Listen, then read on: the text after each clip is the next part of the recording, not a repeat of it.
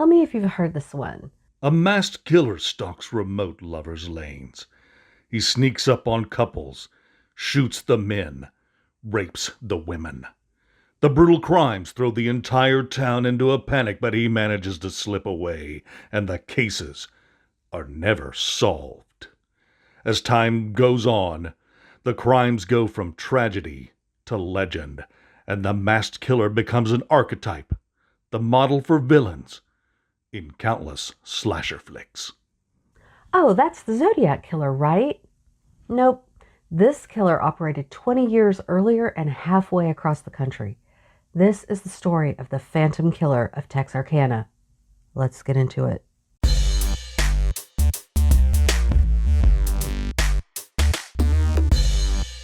Hello, fellow Darklings, weirdos, and murder nerds. If you're new here, I'm Delaney, a true crime and history writer. On this channel, I take deep dives into some of the most unusual cases, and I tend to cuss a lot. So if that sounds like your idea of a good time, you're in the right place. If not, that's cool. You do you. Today I want to get into the story of the Phantom Killer, also known as the Texarkana Moonlight Murders. It's important to note that Texarkana sits across the border of Texas and Arkansas. The border literally cuts through the middle of town, making it actually two towns, one in Texas and one in Arkansas. All the way back in 1946, Texarkana, like most of the country, was experiencing an economic boom. The war was over, and lots of men were moving into town to find work in the rail yards, the army depot, and other places.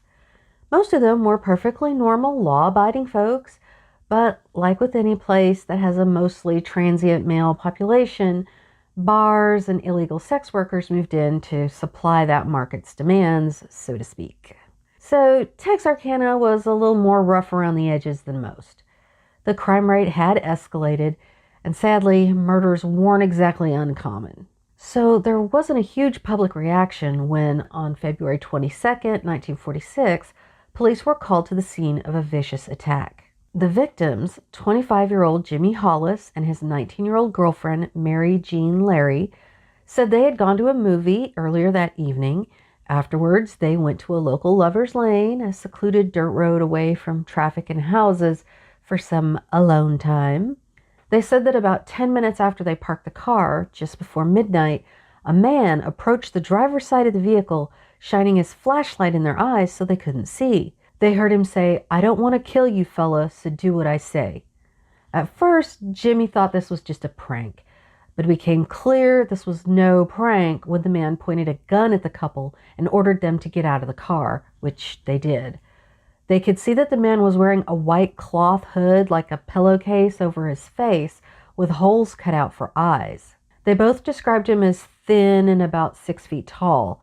Once the two of them were out of the car, the man told Jimmy, "Take off your fucking pants." So he did. The man then hit him twice with his pistol, cracking his skull open and knocking him unconscious. Mary Jean, thinking this was a robbery, tried to show the man Jimmy's wallet to show him they had no money. But the man then hit her over the head with something, probably the gun. She wasn't knocked out though. Her attacker ordered her to run. She ran towards a ditch near the tree line to try and take cover. But then he told her to run another direction. So she did and headed towards a car parked nearby, hoping to find help. But the car was empty. The attacker caught up to her and asked her why she was running. She said, "Because you told me to." He called her a liar and knocked her down. He then sexually assaulted her with the gun. Afterwards, Mary Jean ran to a nearby house to get help. While she was gone, Jimmy came to and flagged down a passing car for help as well. He had suffered multiple skull fractures and would end up in the hospital for weeks. When the two gave their statements to the police, there were a few inconsistencies between their stories. Jimmy, who admitted he didn't see the man very closely, thought he was probably white or maybe a light-skinned black man. Mary Jean, who had been much closer to the attacker, said he was black. Because of these inconsistencies, the police suspected the couple wasn't telling the truth, that they knew their attacker and were lying to protect him for some reason. The attack was chalked up to some kind of revenge and wasn't investigated. Then, early on the morning of March 24th, in the midst of a rainstorm, a man came across an Oldsmobile sedan parked at the end of Rich Road, which was another secluded lover's lane. When he looked inside, he saw two bodies. They would later be identified as 29-year-old Richard Griffin and his 17-year-old girlfriend, Polly Ann Moore. And yes, I know it's gross, but it was in 1946. Richard's body was positioned between the front seats on his knees with his head resting on his crossed hands. His pockets had been turned inside out. Polly was lying face down in the back seat. Both of them were fully clothed. Both of them had also been shot in the back of the head. Griffin appeared to have been shot twice while still in the car. There was so much blood it had flowed out of the floorboard of the car and over the running boards. When the police arrived, it was still sticky, so it hadn't been there long. Not far from the car, there was a patch of disturbed ground with blood on it, implying a struggle. The police also found a .32 caliber cartridge shell at the scene, most likely from a Colt automatic pistol. There was a basic post-mortem examination done on the bodies, and it showed that Polly had been the victim of a sexual assault. But because of the stigma attached to that at the time, it was kept out of the papers. But her father is on the record as stating that Polly had been raped. Police launched a citywide investigation, which involved both the Texas and Arkansas City Police, Miller and Cass County Sheriff's Departments, and the FBI. They interviewed dozens of witnesses, including customers and employees of a bar near the crime scene. By the end of March, police had posted a $500 reward for information that would lead them to the killer. That would be over $8,100 in today money. Although, I don't know, by the time I post this, it could be double that. Anyway, they couldn't tie anyone to these murders. Jimmy Hollis and Mary Jean Larry insisted that the killer was probably the same man who had attacked them. It was the exact same MO. It's just that they, for whatever reason, survived. But they were ignored.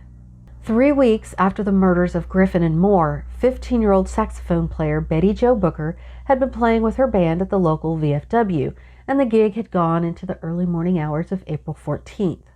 So she got a ride home from her longtime friend Paul Martin, who was 16. That was the last time either of them would be seen alive. A few hours later, just before dawn, some travelers who were driving through Texarkana saw a young man lying on his side in North Park Road, which led into Spring Lake Park. As they approached, they could see something was very wrong. The young man had been shot multiple times, once in the face, once in the hand, once in the back, and once through the back of his neck. The weapon was later determined to be a .32 caliber Colt automatic pistol, the same kind used in the Griffin Moore murders. As police searched the area, they noticed a bloody area further down the road near a fence, again pointing to a struggle. But they didn't find Betty Jo Booker's body until about 11:30 a.m., almost 2 miles away from where Paul had been found. She was lying on her back, fully clothed, her coat buttoned up to her neck, and her hand in one of her coat pockets.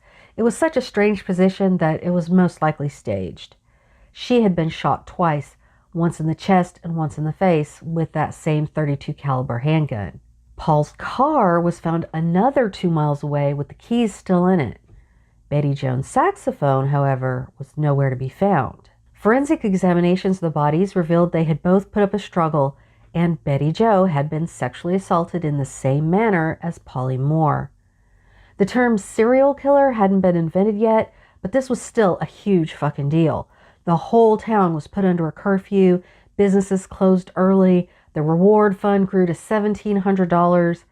There was no shortage of rumors about the killer's identity, both in the press and among the community, but no viable suspects emerged. The local newspapers gave him the name the Phantom Killer or the Phantom Slayer, and the murders were called the Moonlight Murders.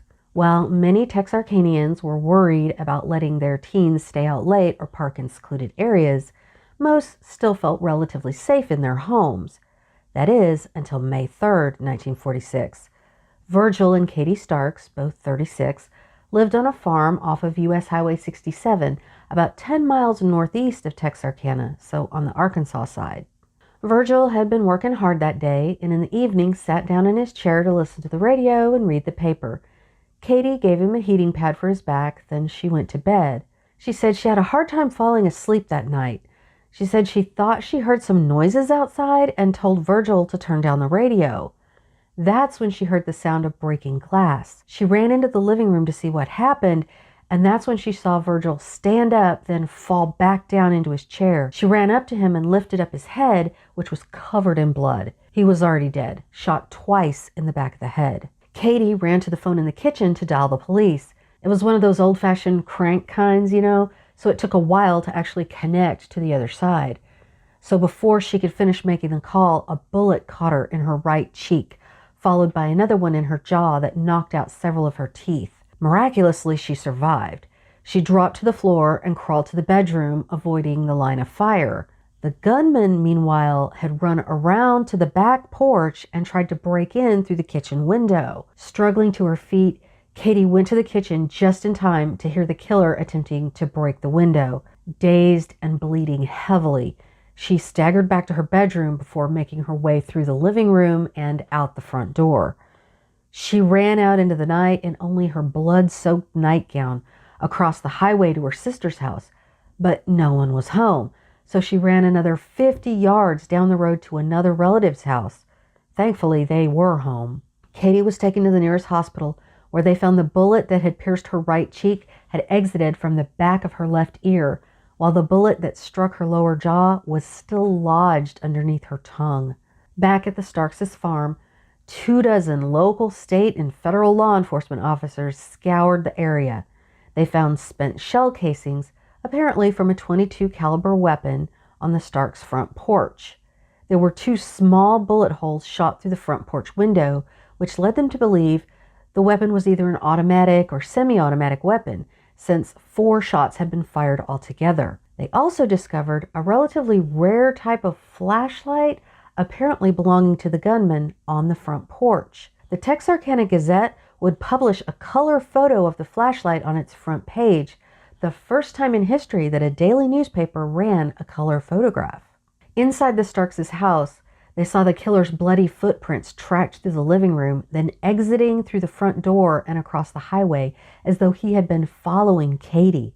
Police canine units followed the suspect's trail along the highway for about 200 yards before they crossed back to the other side of the highway, and they lost the scent about a half-mile later, probably where the killer had parked his car, gotten in, and left. Notably, just before the shooting, 2 Arkansas State Police troopers had left Texarkana going east on 67. Along the way, they noticed an older model car parked on a dirt road on the other side of the highway, but they didn't get the license number or see anyone with the car.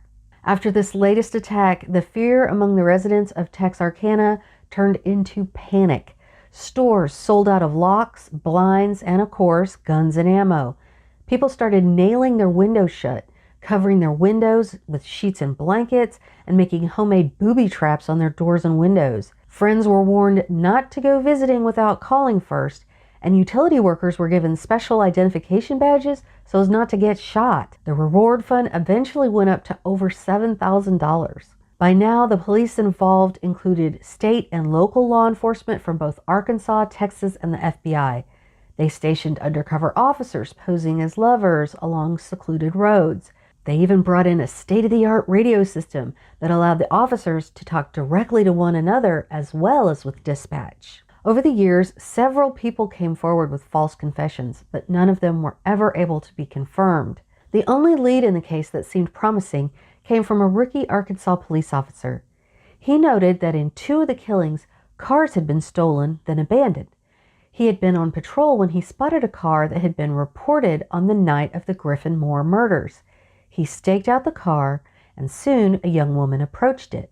She was 21-year-old Peggy Swinney. She told officers that she had recently gotten married to Yule Swinney. Yule was the son of a minister and a high school dropout who'd been on the wrong side of the law for years. He had a record for counterfeiting, burglary, and car theft.